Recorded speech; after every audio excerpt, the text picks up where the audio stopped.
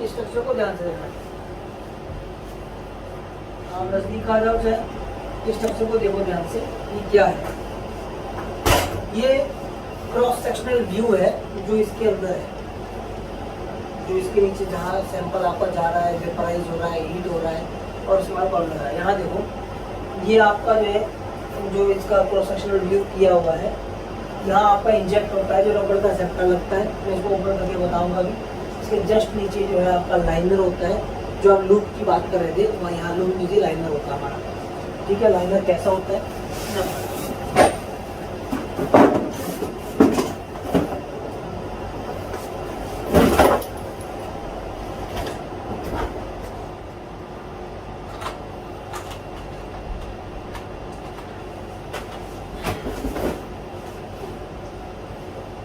ये आपका लाइनर होता है।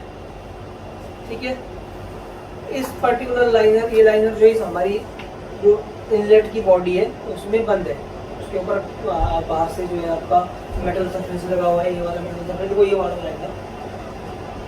ठीक है, इंजेक्ट होगा, ये रबड़ का सट्टा है, इसके ऊपर होता है बॉडी के ऊपर, वरना सिरिंज टूट जाएगी आपका अगर रबड़ का सेक्टर नहीं हुआ, प्रेशर भी उसको मेंटेन करना। तो यहाँ पे आपका जो है सैंपल इंजेक्ट होगा 1 माइक्रोलीटर, 2 माइक्रोलीटर, ये हीटेड होगा 200 डिग्री 250 डिग्री जो आपने दिया होगा। जब हीटेड होगा तो इमीडिएटली वो 1 माइक्रोलीटर 2 माइक्रोलीटर आपका वेपराइज हो जाएगा। और जस्ट इसके नीचे ऐसे यहाँ पे ये कॉलम लगा है, ये ऐसे नट दिख रहा है आपको, ये नट दिखा रहे हैं, इस तरीके से आपका नट लगा रहता है, कॉलम इसकी जस्ट यहाँ अटैच रहता है।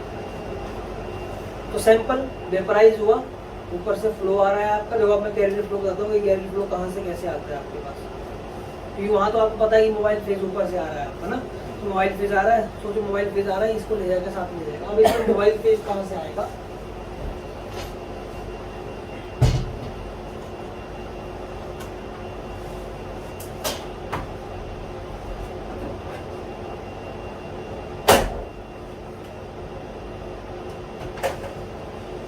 थोड़ा सा आगे आओ, 2-3 बजे आ रहा है, फिर से आना। तो देखो यहाँ पे 2 लाइनें आ रही है ना,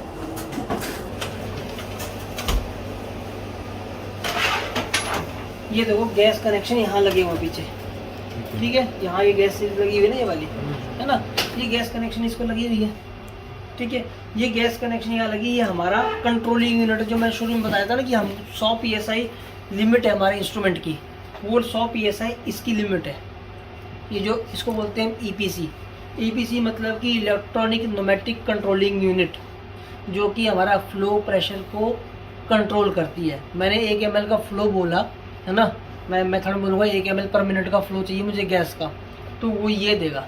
वहाँ तो 100 PSI का प्रेशर है, तो इसके पास वॉल्व लगे हैं, वो इलेक्ट्रॉनिकली सारा सेटअप है, वो उस हिसाब से ओपन होंगे और अपने हिसाब से इसमें जो है 1 ml का, 2 ml का, 10 ml का फ्लो अपने आप आएगा। तो ये फ्लो देखो यहाँ से होता हुआ इसने कंट्रोल किया, यहाँ से आके लगी हुई लाइन, तो ये देखो लाइन यहाँ आई, इसके अंदर क्या था, लाइनर, जो मैंने आपको बताया इसके अंदर क्या था, ये लाइनर लगा हुआ था इसके अंदर ऐसे। ठीक है, अब जैसे ये लाइनर लगा हुआ है, यहाँ से बंद किया हुआ, देखो इसके यहाँ पे क्या है, ये सेप्टा है, इस पे इंजेक्शन होगा, जो नीडल जाएगी इस पे नीडल स्टक करती है और इंजेक्ट करती है। ये सेप्टा है ना, ये हाँ ये वाला सेप्टा है। ठीक है, इस पे इंजेक्ट करती है और आपका सारा अंदर वेपराइज्ड है, वेपर बने, ऊपर से फ्लो आ रहा है। जब फ्लो आएगा ऊपर से, यहाँ से मैंने बंद कर रखा हुआ है, नीचे से मैंने कॉलम लगा रखा हुआ है, इतनी सी बॉडी है, प्रेशर बनेगा ना, तो प्रेशर ऑटोमेटिकली बना, हमने प्रेशर बनाया नहीं, वो बनेगा क्योंकि ऊपर से भी बंद है, नीचे से बंद है। एक्चुअल में ऊपर से इतना बड़ा आपके पास लाइनर का होल है और नीचे कॉलम कितना है, कॉलम देखा आपने कितना पतला है। जब पाथ चेंज होगा, डायमीटर चेंज होगा, तो प्रेशर बिल्ड होगा एक, तो प्रेशर ऑटोमेटिकली बिल्ड होता है, वो फ्लो के हिसाब से बिल्ड होता है। अगर फ्लो कम है आपके पास तो प्रेशर कम बिल्ड होगा, फ्लो ज़्यादा होगा ऑब्वियसली तो प्रेशर ज़्यादा बिल्ड होगा। तो यहाँ एक इनलेट में प्रेशर भी बनता है। वो प्रेशर कैसे बनता है वो मैंने बताया आपको, कि प्रेशर क्यों बनेगा और किस लिए बनेगा आपको। कि जब फ्लो आ रहा है, आप पानी की पाइप है, पानी की पाइप का मुंह आगे से बंद कर दो, पानी दूर तक जाएगा, प्रेशर बना ना उसमें, तो वही है। ऊपर पाथ ओपन है, नीचे पाथ बहुत कम है। हमने 2 ml का फ्लो दिया है, ऊपर से तो आसानी से चलेगा, पर नीचे से निकलने में वक्त लगेगा उसको, तो वहाँ वो स्टक करेगा, टाइम लगेगा, उसकी वजह से प्रेशर बिल्ड होगा। तो यहाँ पे प्रेशर बनता है। वहाँ पे भी आपने देखा होगा एक्सपीएलसी में भी प्रेशर बनता है ना, वो क्यों बनता है, किसकी वजह, वो प्रेशर यूनिट तो लगा ही नहीं भाई प्रेशर बना के देगा वो। कॉलम आपकी, कॉलम की लेंथ है आपकी, उस कॉलम की लेंथ का एक कॉलम है, उसका डायमीटर है, डायमीटर ज़्यादा बड़ा होगा तो प्रेशर कम होगा, डायमीटर कम होगा ऑब्वियसली जो पाथ है तो प्रेशर आपका यूनिट में बढ़ जाएगा। सिंपल सा फंडा है, यही होता है आपका एचपीएलसी और जीसी में। प्रेशर कहाँ से बना, बंदे सोचते थे प्रेशर कहाँ बना, प्रेशर कहाँ बना, प्रेशर इस वजह से बनता है। ये वहाँ पानी प्रेशर बना रहा है, यहाँ गैस प्रेशर बना रही है, ठीक है। सर इस सेप्टा की लाइफ भी तो होती होगी? हाँ, सेप्टा की लाइफ है हमारे पास। अगर आप वाटर सैंपलर से इंजेक्ट कर रहे हो, इससे इंजेक्ट कर रहे हो तो इसकी लाइफ होती है 70 से 80 इंजेक्शन। ये हमें कुछ चेंज करना है फिर? हाँ, उसके बाद ये चेंज करना है। इसमें चेंज करने के लिए कुछ नहीं करना है, ठंडा रखना है, गर्म। देखो भाई, जीसी काम करता है पेशेंस पे, तो आपको भी पेशेंस पे रखना है। गलती से भी ऐसे करना, मेरे को सेप्टा चेंज करना, गर्मा गर्म हाथ लगाया, 2 दिन हाथ घुमाते रहोगे, 250 डिग्री का टेम्परेचर होगा, जूम करने की जरूरत नहीं पड़ेगी। हाँ? सुन कर देगा। हाँ, सुन कर देगा, बढ़िया। ओवन ओपन नहीं करना है, ऐसे खोल के ऊपर 250 डिग्री टेम्परेचर होगा अंदर, ओवन खराब होगा, चलो अपने को नुकसान हुआ अलग। ये जितना भी ये पोर्शन दिख रहा है, ये वाला पोर्शन आपको यहाँ बाहर भी गर्म मिलेगा। अभी ठंडा है, थोड़ी देर में ऑन करूँगा, मैं बताऊँगा, ये गर्म मिलेगा। ये असेंबली गर्म मिलेगी 300 डिग्री, ये असेंबली गर्म मिलेगी, ये गर्म मिलेगा। इसका पोर्शन इतना गर्म होगा, ये पोर्शन गर्म होगा, ये ट्रांसफर लाइन है, ये हीटेड होगी, सब कुछ हीटेड है। तो जब भी ओपन करना है, कॉलम भी ओपन करना है, मैं बताऊंगा, थोड़ा सा पेशेंस रखना है, कूल डाउन करना है इंस्ट्रूमेंट, तभी हाथ लगाना है, और एक आध बार आप हाथ लगाओ फिर पता लग जाएगा, ठीक है, डन। तो अभी देखो यहाँ पे 2 टाइप के इनलेट है ना, दोनों थोड़ा डिफरेंट से दिख रहे हैं ना, दोनों आपके डिफरेंट दिख रहे हैं। ये इनलेट का स्ट्रक्चर कुछ डिफरेंट है, इनलेट का स्ट्रक्चर कुछ डिफरेंट है। इसका नाम है स्प्लिटलेस इनलेट, इसका नाम है purge pack inlet. Splitless inlet, purge pack inlet, दोनों डिफरेंट है। इन दोनों को एप्लीकेशन के बेस पे करते हैं। मैं बताता हूँ, अभी आप वापस जाओ। एक आता है आपके पास पैक्ड कॉलम, जैसा आपका एचपीएलसी का कॉलम है ना, मोटर रहता है, स्टील का कॉलम रहता है, तो वैसा ही कॉलम होता है। वो थोड़ा सा ऐसे कर्व का होगा, जैसे गोल होगा, इनलेट यहाँ लगेगा तो इनलेट वहाँ लगेगा, तो सीधा होगा नहीं, वो ऐसे करके होगा घूम के। वो छोटा सा होता है, ग्लास में 1 मीटर का, हाँ ग्लास में भी हो सकता है, ग्लास कॉलम भी उसको बोलते हैं। और वो ऐसा स्टेनलेस स्टील में भी होता है, उसको पर्ज पैक कॉलम बोलते हैं। एक्चुअल में जब क्रोमेटोग्राफी शुरू हुई थी तो कैपिलरी कॉलम बाद में बना, पहले पर्ज पैक बना। अगर आप जो है ब्रिटिश फार्माकोपिया, यूएसपी रेफर करोगे, काफी पुराना रेफर करोगे, तो कुछ एक मेथड्स हैं आपके, बहुत सारे मेथड आपको पहले पर्ज पैक पे ही मिलेंगे, मतलब पैक्ड कॉलम पे मिलेंगे, पैक्ड कॉलम पे मिलेंगे, क्योंकि उस टाइम वही कॉलम था। तो धीरे धीरे टेक्नोलॉजी के साथ जो पैक्ड कॉलम कम होते रहे और अब कैपिलरी कॉलम बनने लगे। मैं बताया था आपको कि जितनी अच्छी लेंथ होगी उतना अच्छा रेजोल्यूशन होगा। तो पैक्ड कॉलम में समस्या क्या थी पहले, कि कितना 1 मीटर का कॉलम होगा, 1.5-2 मीटर का कॉलम होगा, उसमें रेजोल्यूशन नहीं आता था, पीक ब्रॉड आती थी। जब वो ऑब्वियसली छोटा सा कॉलम है तो पीक ब्रॉड ही आएगी उसमें, और रेजोल्यूशन कम आएगा। तो धीरे धीरे क्या हुआ कि हमारा पैक्ड कॉलम खत्म होने लगे। तो अभी भी कुछ एक मेथड्स है जो कि स्पेसिफिकली पैक्ड कॉलम में ही होते हैं। तो आपका ये वाला इनलेट बहुत कम यूज होगा, बहुत कम। अगर आप 50 मेथड बनाओगे तो 5 ही मेथड इसके होंगे, बाकी सब 45 मेथड आपके बैक साइड के होंगे, क्योंकि सारा का सारा कैपिलरी पे ही काम है। इस इनलेट की खासियत ये है कि हम इसमें दोनों टाइप के कॉलम लगा सकते हैं, पैक्ड कॉलम भी लगा सकते हैं और कैपिलरी भी लगा सकते हैं। मैंने कैपिलरी कॉलम लगाया हुआ है यहाँ, ठीक है। पर जब भी आप यूएस फार्माकोपिया या कोई फार्माकोपिया रेफर करोगे तो वहाँ पे इनलेट का नाम भी स्पेसिफाई किया होता है। जैसे आप एचपीएलसी के लिए कोई मेथड रेफर करते हो तो उसमें डिटेक्टर टाइप मेंशन होता है कि आपको जो है यूवीवीज पे करना है या वीडब्ल्यूडी पे करना है, मेंशन रहता है। तो वैसा ही मेथड आपका मेंशन रहेगा कि इनलेट का नाम लिखा होगा, PP inlet, purge pack inlet या स्प्लिटलेस इनलेट। तो जो इनलेट लिखा होगा उसी इनलेट पे आपको कॉलम लगाना है, ठीक है। अब इसमें क्या हो रहा है कि देखो दोनों में आपका काइंड ऑफ ऐसा लाइनर रहता है। लाइनर भी बहुत डिफरेंट टाइप के हैं, वो डिफॉल्ट लाइनर्स होते हैं जो मैक्सिमम यूज होते हैं, वो दे दिए जाते हैं। तो आपके दोनों में लाइनर लगे रहेंगे। कि लाइनर का रोल कुछ नहीं है, लाइनर का रोल है, ये भी अल्ट्रा इनर्ट लाइनर होते हैं। अल्ट्रा इनर्ट, इसमें अल्ट्रा इनर्ट कोटिंग की होती है ताकि जो भी आपका सैंपल आ रहा है लिक्विड फॉर्म में वो ग्लास के साथ मिक्स करके नया कंपाउंड ना बनाए और एक और नई टीक ना दे। तो इसका रोल बेसिकली सिर्फ एक ही है, सैंपल को वेपराइज करना, क्योंकि हम यहाँ मेटल नहीं लगा सकते। मेटल लगाओगे तो आप एसिड लगाओगे, कुछ कई बार आप सल्फ्यूरिक एसिड लगा रहे हो, चाहे उसकी परसेंटेज बहुत कम हो पर कोरोजन रहेगा। तो इसलिए ग्लास का एक अल्ट्रा इनर्ट लाइनर लगाया गया है। इसका काम क्या है, एक तो वेपराइज करना, और दूसरा जब आपका सेप्टा पंचर होता है नीडल से, तो पंचर होगा तो ऑब्वियसली सेप्टा पंचर होगा तो सब कुछ पार्टिकल तो निकलेगा। तो वो देखो यहाँ ग्लास रूल लगी हुई है अंदर एक वाइट कलर, वो इसको रोकती है, वरना धीरे धीरे पास ब्लॉक कर देगी। ठीक है, तो इसका रोल ये दो चीजें, इसका काम है एक तो सेप्टा का पार्टिकल रोकना, दूसरा एक सरफेस वॉल्यूम, सरफेस एरिया मिलता है ना उसको। 2 मिलीमीटर इधर इधर गिरने से अच्छा है अगर यहाँ गिरेगा तो वेपराइजेशन अच्छी होगी, आपकी सरफेस एरिया बढ़ गया। डन। तो ये लाइनर बहुत ज़्यादा इम्पोर्टेंट चीज़ है हमारे जीसी में, जो कि आपका सैंपल, अगर आपका मान लो सैंपल चला रहे हो आप और आपको अननोन पिक्स मिल रही हैं और आपको पता है मेरा सॉल्वेंट ठीक है, मेरा ऑब्वियसली ये 2-3 चीज़ें ठीक है, तो आप एक बार जो है इस लाइनर को ज़रूर चेक करोगे कहीं ये कंटामिनेट तो नहीं हो गया।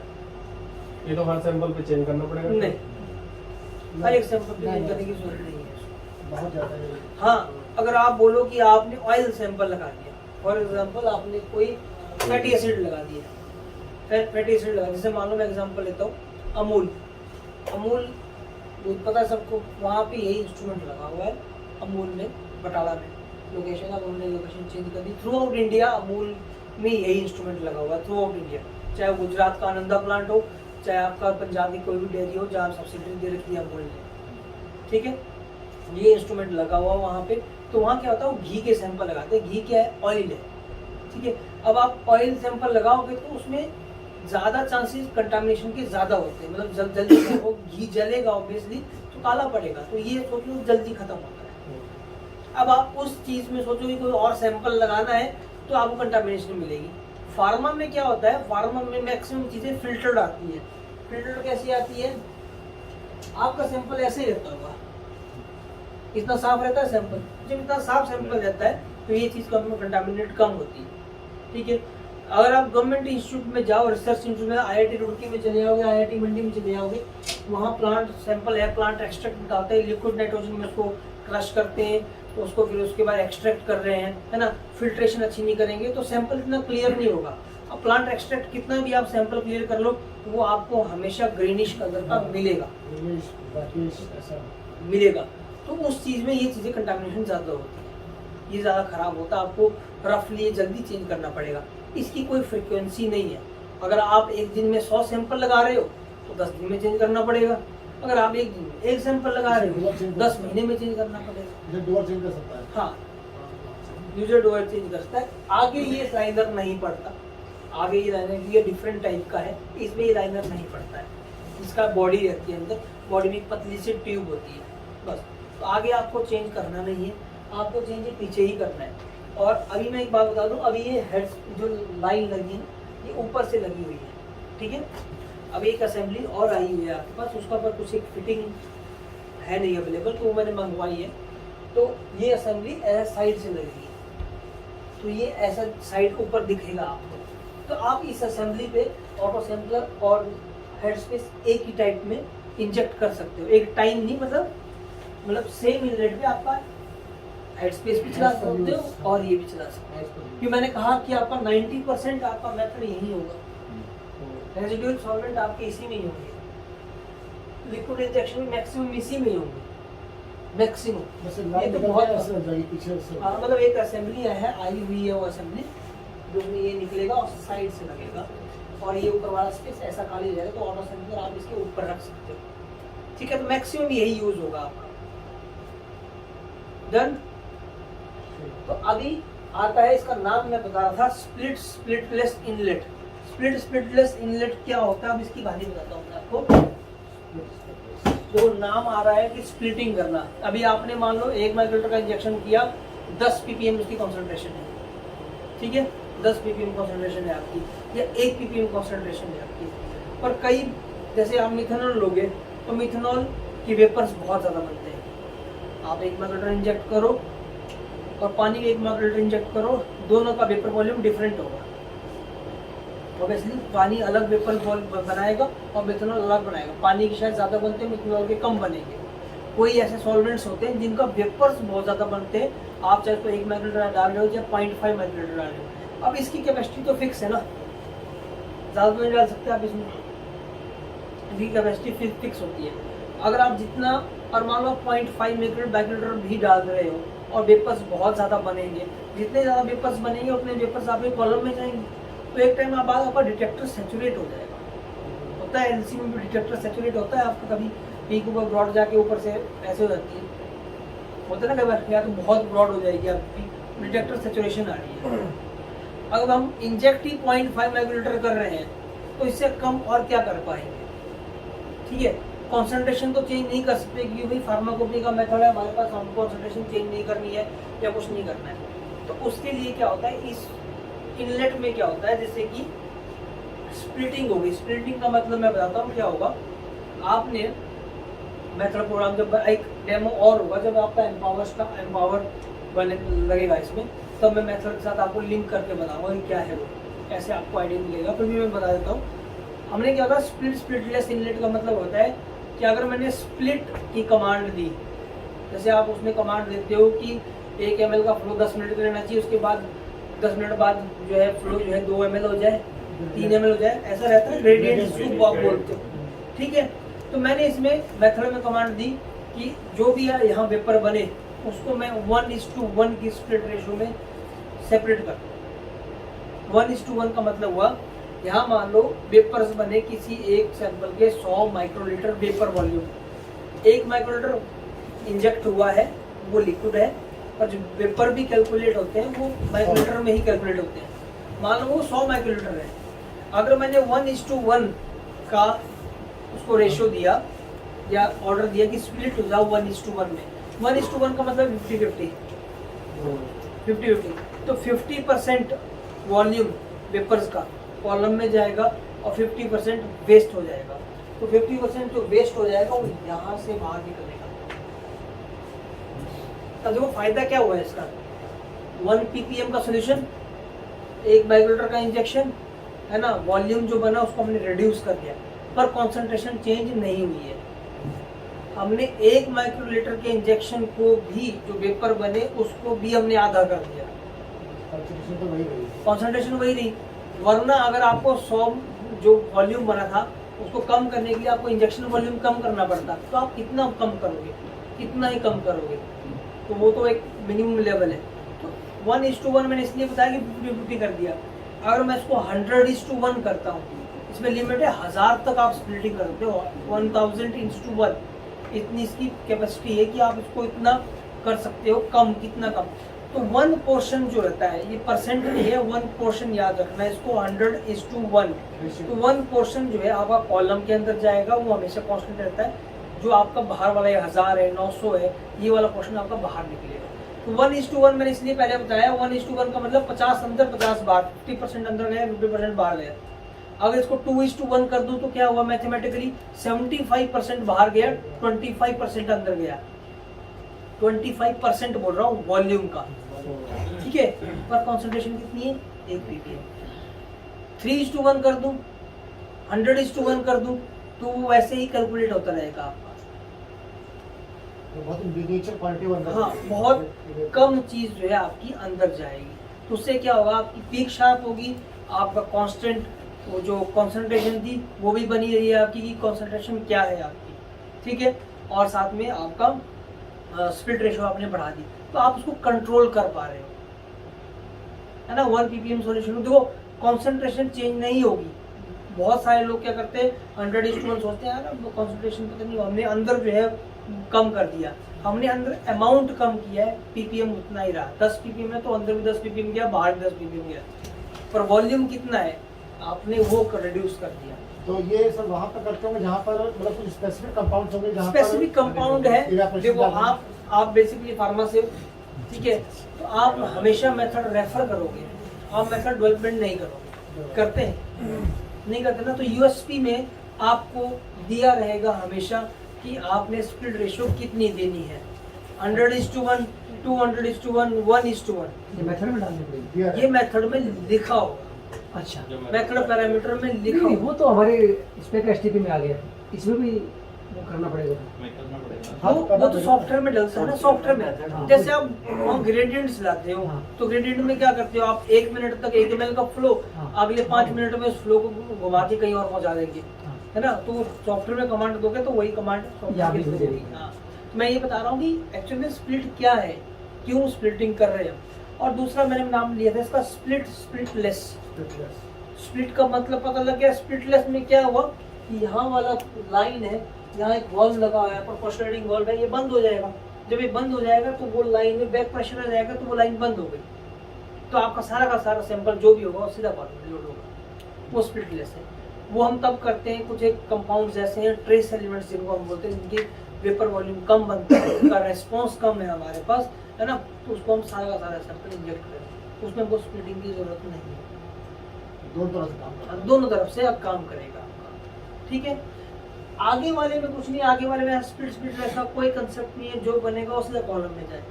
पर वहाँ क्या है, कॉलम डिफरेंट टाइप का यूज होता है। वो मैं हमेशा पर्च पैक जो आपका बड़ा कॉलम है, स्टेनलेस स्टील का या ग्लास का कॉलम है, वो बेसिकली आप जितनी भी फार्मा यूनिट में चले जाओ, किसी में भी आपको ये इनलेट मिलेगा ही मिलेगा। अगर जीसी है तो ये इनलेट होगा। अभी तक आज तक मैंने कोई ऐसी मशीन नहीं देखी जिसमें जो है कस्टमर ने परचेज करी और ये इनलेट ना हो। ये नहीं हो सकता, ये भी नहीं हो सकता। ये दो चीजें आपको मिलेंगी कॉमन, ये बेसिक चीज है। इसके बिना जीसी कुछ नहीं है, जीसी कुछ नहीं है आपके इसके बिना। हाँ, वो बात अलग है कि कोई कस्टमर आपका रिफाइनरी कस्टमर है जो सिर्फ गैस फेज में ही काम करता है, सिर्फ गैसेस की टेस्टिंग करता है, उस केस में आपको कॉन्फ़िगरेशन डिफरेंट मिलेगा। तेरे फोन आ रहे बार-बार। डन। कोई क्वेश्चन? यहाँ पर कुछ आ रहा है? बोलो। अरे उस पे भी आएंगे, अब यहाँ पहुंचे, फिर यहाँ पहुंचेंगे, फिर यहाँ आएंगे, बताऊंगा इसके बारे में। इसका रिलेटेड कोई क्वेश्चन है अभी तक? पास तो नहीं हो रहा? ठीक है, तो स्प्लिटलेस का कंसेप्ट पता लग गया। ये कंसेप्ट क्या होता है, कैसे होता है, आपको बता देता हूँ। अब इसमें एक चीज है जो मैंने थोड़ी देर पहले बताया था ना, अपनी गैस आ रही है, वो इतनी ml गैस खुलेगी, इतना कम होगा, क्या होगा, कैसे होगा। अभी देखो, अब आता हूँ मैं उस चीज पे। अभी क्या होता है, हम वहाँ कॉलम फ्लो देते हैं 2 ml का, 10 ml का, 15 ml पर मिनट, जो भी इसमें भी ऐसा ही रहता है, 1 ml, 2 ml, 3 ml, 5 ml। पर इस कैपिलरी कॉलम में हम जो है फ्लो 1 ml, 2 ml, 3 ml ही रखते हैं, क्योंकि वहाँ पे रास्ता कम है, वाइड बोर नहीं है, मतलब बहुत बोर साइज कम है उसका, तो ज़्यादा आप फ्लो नहीं दे सकते। तो जो कॉलम पर्च पैक होगा, जो ग्लास का मोटा कॉलम होगा या स्टेनलेस स्टील का जो कॉलम होगा, उसमें फ्लो ज़्यादा रहता है, 10 ml, 15 ml, 20 ml। तो जो फ्लो आता है पीछे से, जो फ्लो आ रहा है यहाँ से आता है ना, यहाँ से जो फ्लो आ रहा है आपका गैस का, तो हमेशा वहाँ से फ्लो आता है। हमेशा याद रखना है, कंसेप्ट की बात है। सब सोचते हैं कि प्रेशर आता है, क्योंकि वहाँ प्रेशर है ना, यहाँ से प्रेशर देते हैं तो बन सोचते हैं कि यहाँ प्रेशर सेट होता है। एक्चुअली में यहाँ प्रेशर सेट नहीं होता, वो फ्लो देता है। तो जो फ्लो देगा तो प्रेशर यहाँ खुद ब खुद बिल्ड होगा, ठीक है, खुद ब खुद। मैं अभी थोड़ी देर में लैपटॉप कनेक्ट करूँगा, आपको सॉफ्टवेयर के साथ भी दिखाऊंगा कि क्या है, कि कैसे फ्लो आ रहा है आपका, क्यों आ रहा है। फ्लो चेंज करूँगा तो प्रेशर कैसे चेंज होगा। डन। अब जब आप वहाँ कॉलम लगाते हैं सॉफ्टवेयर में, HPLC में, तो कॉलम की डायमेंशन आप मेंशन करते हो, ठीक है, क्यों करते हैं?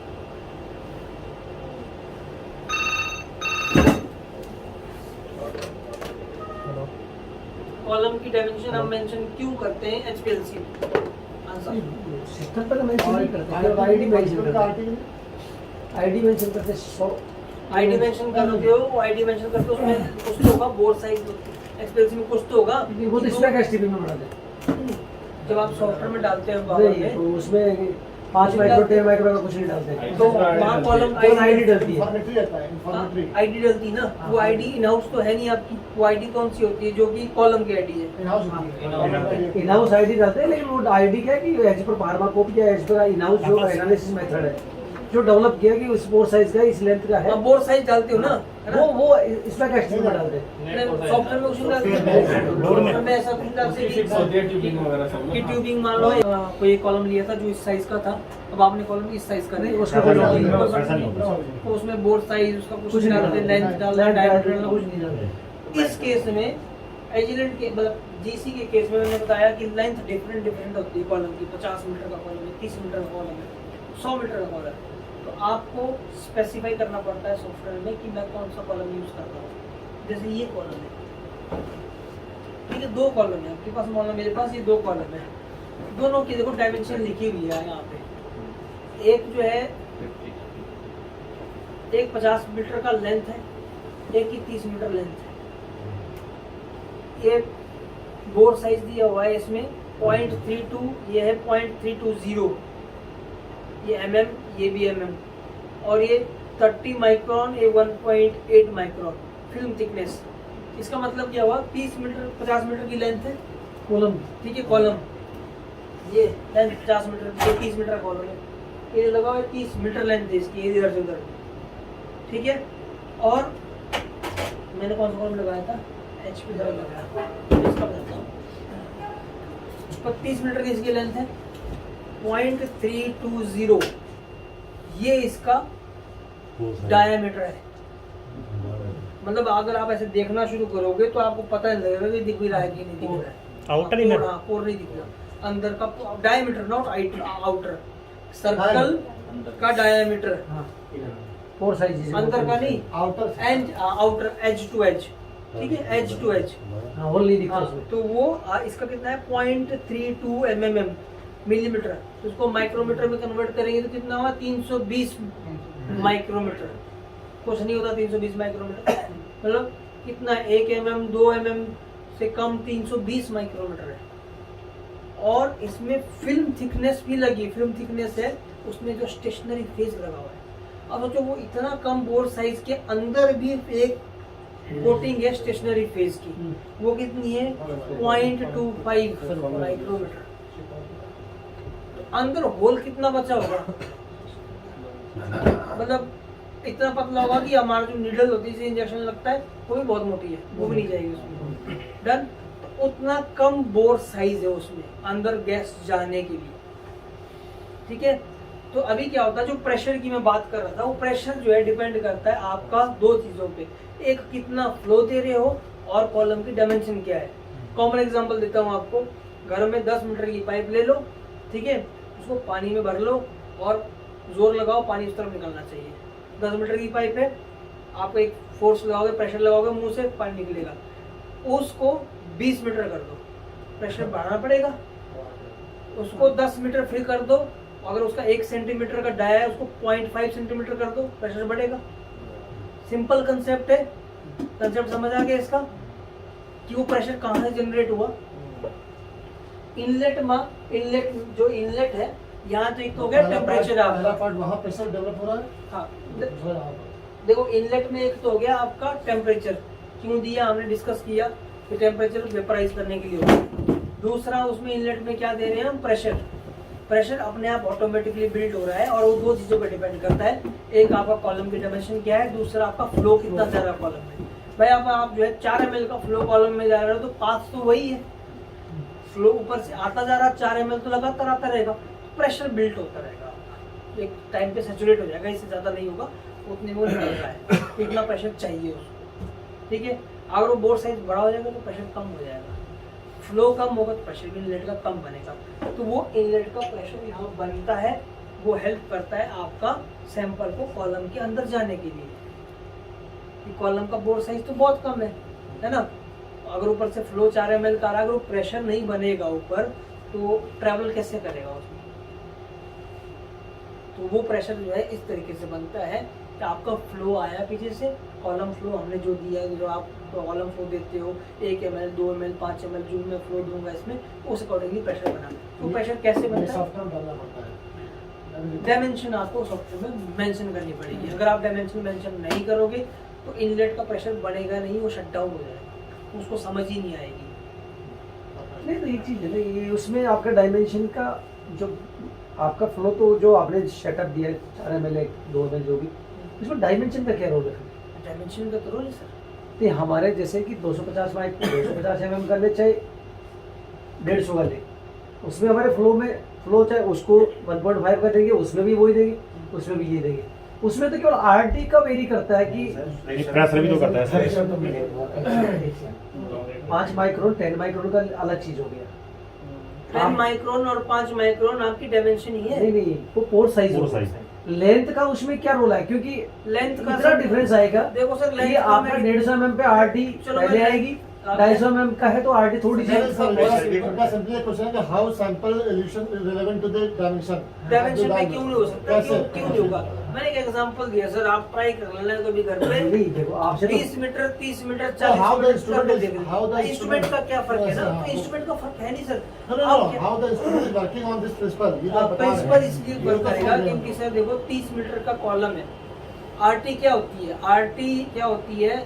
एक बार सैंपल इंजेक्ट हुआ, कॉलम के थ्रू जब पास हुआ, उसको कितना टाइम लगा निकलने के, that is the RT, release पे राइट? है ना? From the time of injection to time of release reaches to detector, वो आरटी है। ठीक है, अगर मैं 30 मीटर की जगह उसको 50 मीटर कर दूं, आरटी चेंज हुई आरटी चेंज होगी। Change वो हुई। मैंने मैं भी बोल रहा हूँ। है ना? आरटी चेंज हुई। तो अगर आप जो है इसको अगर मेंशन नहीं करोगे, लेंथ मेंशन नहीं करोगे, तो जो प्रेशर है सर ना, जो इनलेट में प्रेशर है, वो मैं आप या कोई बना रहा हूँ, वो प्रेशर बन रहा है खुद ब खुद। 50 मीटर के केस में यहाँ उसको प्रेशर डिफरेंट देना पड़ेगा। अगर मैंने इसको मेंशन ही 30 दिया हुआ है, मैंने मेंशन किया हुआ है सॉफ्टवेयर में, तो इसको नहीं पता, हमारे इंस्ट्रूमेंट को नहीं पता कि अंदर कॉलम कौन सा लगा है।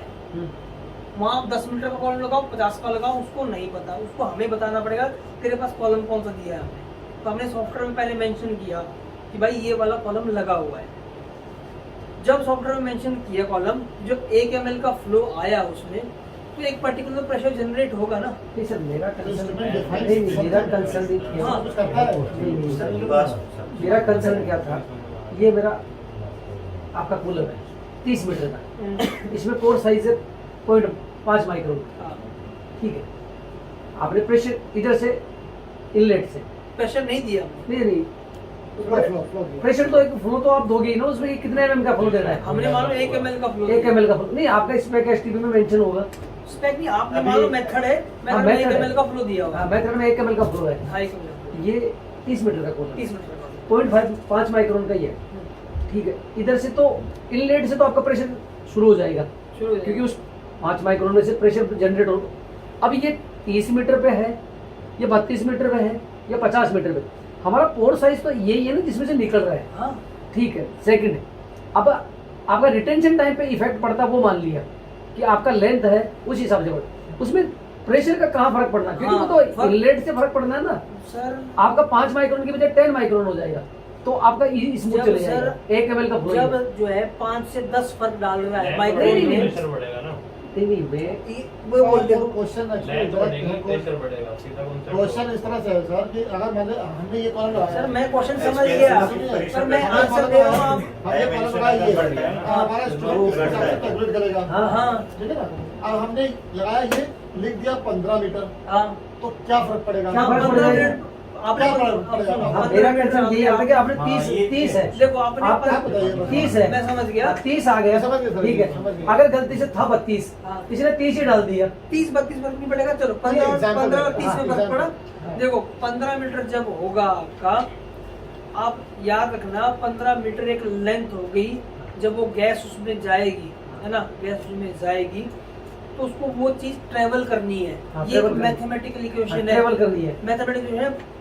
प्रेशर इज इक्वल टू जो होता है, जो प्रेशर है वो डिपेंड करता है आपका फ्लो हाँ। और डायमेंशन पे। डायमेंशन अगर मैं दूंगा तो उसमें लेंथ भी होगी। लेंथ क्यों होगी सर, आप खुद बताओ। जो अगर मान लो 15 मीटर का होगा कॉलम ना, तो इसमें कैलकुलेशन किस हिसाब से होगी, जब मैं आपको कैलकुलेट हाँ, करके बस बताऊंगा। वही- अब चलो थोड़ा सा और एलेबोरेट करता हूँ। इसमें एक टोटल फ्लो नाम की चीज होती है, वो आपको नहीं पता है, मैं बताता हूँ कैसे होता है। टोटल फ्लो नाम की चीज होती है, हमेशा जो है फ्लो 1 ml 2 ml का नहीं आता है, पीछे से एक टोटल फ्लो आता है। तो टोटल फ्लो क्या होता है, कॉलम फ्लो जो मैंने दिया है मेथड में 1 ml 2 ml, और जो स्प्लिटिंग जब करते हैं तो बाहर जो निकल रहा है वो फ्लो ही निकलता है, वो फ्लो प्लस होता है। एक यहाँ सेप्टम पर्च फ्लो होता है, वो प्लस होता है, तो वो फ्लो होगा कितना 100-200 ml या 50 ml या 200 ml, इतना वो फ्लो होता है। अब 200 ml के फ्लो को आप 15 मीटर की कॉलम से निकालोगे तो उसका इनलेट हेड प्रेशर डिफरेंट बनेगा, क्योंकि वो कैलकुलेट करेगा जो मैंने डायमेंशन दी होगी, वो खुद ब खुद नहीं करेगा। अगर वही लेंथ में कर मेंशन तो उसका फ्लो सेम आ रहा है 200 ml का, पर वो हेड प्रेशर जो इनलेट का प्रेशर है वो चेंज होगा लेंथ की वजह से। Change in length. हाँ, चेंज होगा ना, तो वही तो मैं बोल रहा हूँ। अगर आपने 15 मीटर का कॉलम लगाया हुआ है, मतलब 30 मीटर का लगाया हुआ है, और मेंशन आप जो है वहाँ 15 कर दिए, तो अब क्या हुआ, सॉफ्टवेयर ने कैलकुलेशन करी, मैं प्रैक्टिकली करके दिखाऊंगा, सॉफ्टवेयर ने कैलकुलेशन करी कि इतना प्रेशर बनना चाहिए। वो बनता बाद में, पहले सॉफ्टवेयर कैलकुलेट करके देता है कि इतना लगेगा, इतना प्रेशर बनेगा और इतना बनना है ऑटोमेटिकली। हाँ, देखो ऐसे नहीं आपको लगेगा, सिस्टम में हुआ कि एक्चुअली वो वही जानना चाह रहे हैं, समझ रहे हैं हम आपका हाउ द क्वेश्चन। इसको स्टैंड बाय पे रखते हैं, मैं इसको कनेक्ट करता हूँ, वरना 10 मिनट कनेक्टिविटी में खत्म हो जाएगा। मैं आपको बताऊंगा 1 ml फ्लो डालूंगा, सिस्टम बंद रखूंगा, 1 ml डालने पे कॉलम डायमेंशन डालूंगा और 1 ml डालूंगा, अपने आप प्रेशर जो है चेंज होगा। ठीक है, अपने आप प्रेशर वहाँ चेंज होगा, सॉफ्टवेयर पहले कैलकुलेट करेगा। जब वो सॉफ्टवेयर पे प्रेशर आया, जब मैं सॉफ्टवेयर से मेथड को यहाँ भेजूंगा तो वही प्रेशर जाएगा ना, अपने आप प्रेशर तो नहीं बनेगा। तो कैलकुलेशन जो होती है ना, वो लेंथ पे भी डिपेंड करती है। इंस्ट्रूमेंट कैलकुलेट कुछ नहीं करेगा, पावर कैलकुलेट करेगा, वही करेगा। अगर आप डायमेंशन चेंज करोगे तो वो जो हेड प्रेशर 50 psi बन रहा है, वो प्रेशर बनेगा 10 psi। जब 10 psi प्रेशर बनेगा तो वो चीज निकल ही नहीं पाएगी 30 मीटर से। वो इंस्ट्रूमेंट समझेगा। हाँ, वो 30 मीटर से निकलेगी नहीं बाहर। नहीं, वो डिपेंड करता है कॉलम की वॉशिंग कैसे हुई है, सिस्टम की वॉशिंग जो कॉलम नहीं, शो वो सब अलग कर क्वेश्चन, वो अलग चाहिए। ये इसमें क्वेश्चन कुछ और है। वॉशिंग हो जाते हैं ना। ये कुछ और, वॉशिंग का कुछ नहीं, वॉशिंग का कुछ नहीं। ये क्वेश्चन कुछ और सब कुछ है। मैं समझ गया समझ, वो आपको वो पता आप लगेगा, मैं ऐसे आपको करिएगा। प्रैक्टिकली बताऊंगा। ये सिस्टम बंद कर देंगे, मैं कनेक्ट करूंगा, ठीक है। नहीं, बस यहाँ पे ये how system is interpreting, how system is second calculating एक चीज और ड्यू टू द लेंथ। वो नहीं वही क्वेश्चन है, बता दिया। सेकंड एक चीज और बोलता हूँ, हम HPLC चलाते हैं, हमारा माल फंक्शनिंग बहुत सारी होती है कि कई माल फंक्शनिंग तो एनालिस्ट भी नहीं समझ पाता कि क्या माल फंक्शनिंग हुई। अब जैसे आपका ये कॉलम का डायमेंशन कोई ले लो एक, कि आपने सॉफ्टवेयर में डाल दिया, सब कुछ सेट कर दिया, तो ये जो प्रेशर जनरेट होगा, जैसे डालना था 15 डाल दिया 15, लगा दिया 30, तो ऐसा इनके पास कोई ऐसा एरर इसमें कुछ आएगा क्या? सिस्टम चलेगा ही नहीं। यस, नहीं भाई, यही तो पूछ रहा हूँ, इसमें कोई ऐसा मैसेज आएगा इनको, मैं बोल इन रहा लोगों हूँ को ये एहसास हो कि आपका एरर कहाँ है। आपने जो है डायमेंशन गलत डाली ना, हाँ। ये सिस्टम चलेगा ही नहीं। चलेगा मतलब ऑन हुआ, जैसे उसको प्रेशर नहीं मिलेगा, वो ये ब्लिंक करना है, टू टू टू करनी आवाज शुरू आ जाएगी इसकी।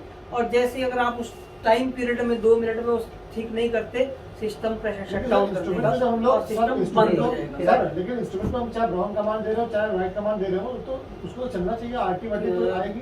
कैसे नहीं, बस मेरा कंसर्न यही था ना। कैसे आएगी? नहीं आप खुद बताओ। नहीं, मेरा कंसर्न यही था ना। अब जैसे हम लोग HPLC चलाते हैं, उसमें देखो 4 माल फंक्शन तो मैं बता देता हूँ। जो ये आपने नहीं चलाया, केरोजल होती है जिसमें वायर रखते हैं, वो जाम हो जाती है तो उस पर लिखा हुआ जाता है केरोजल माल फंक्शन। हाँ, इसमें आएगा लिखा हुआ। हाँ, इसमें यहाँ एक मैसेज आएगा मिनट। Pressure down. हाँ, एक चीज। दूसरा, हाई प्रेशर हो जाता है तो उसमें लिख देता है ओवर प्रेशर, वो दिख जाता है। हाँ।